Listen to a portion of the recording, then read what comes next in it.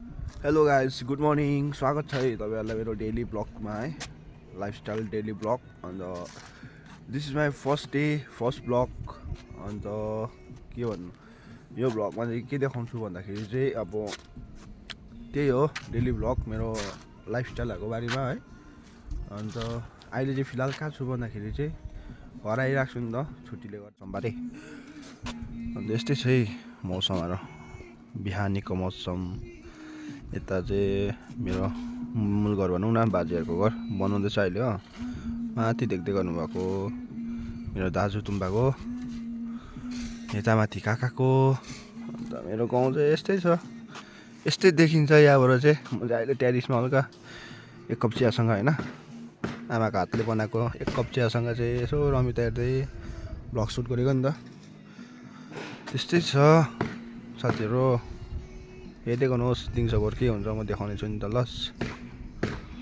यता चाहिँ वेस्ट बेङ्गल पर्छ है तपाईँको यता माथि माथि सन्दकपू गोर्खियाहरू हो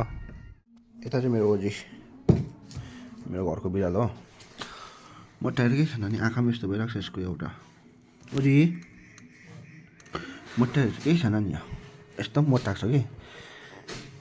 केटी हो तर भ्याउँदैन यो खै के हो ओजी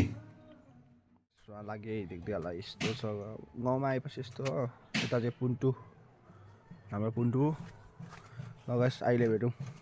तल पुगेर ल है त गाइस अहिले भने चाहिँ म मेरो डेस्टिनेसनमा पुगिसक्यो हो घाँस खाने जग्गामा मेरो डेस्टिनेसन यही हो यहाँनिर टक्क लगाएर यही जो बाँस हालेको थियो नि त त्यसको घाँस हो अन्त यहाँ अलिकति डाले घाँस कस्तो माया लाग्दो देख्दै मेरो बारी त्यही छ अब यो अलिकति काटेर चाहिँ म ब्याक टु होम लगाएर अहिले कन्टिन्यू गर्छु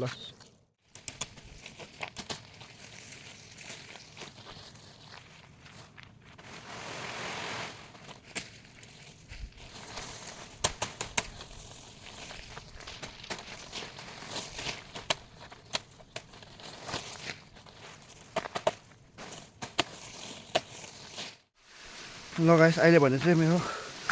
भारी पनि पुग्यो है बोल्नु साह्रो परिरहेको छ नि हौ नानीहरू आएर के हुन्छ नि गाउँ आएपछि चाहिँ यस्तो हुन्छ नि पसिना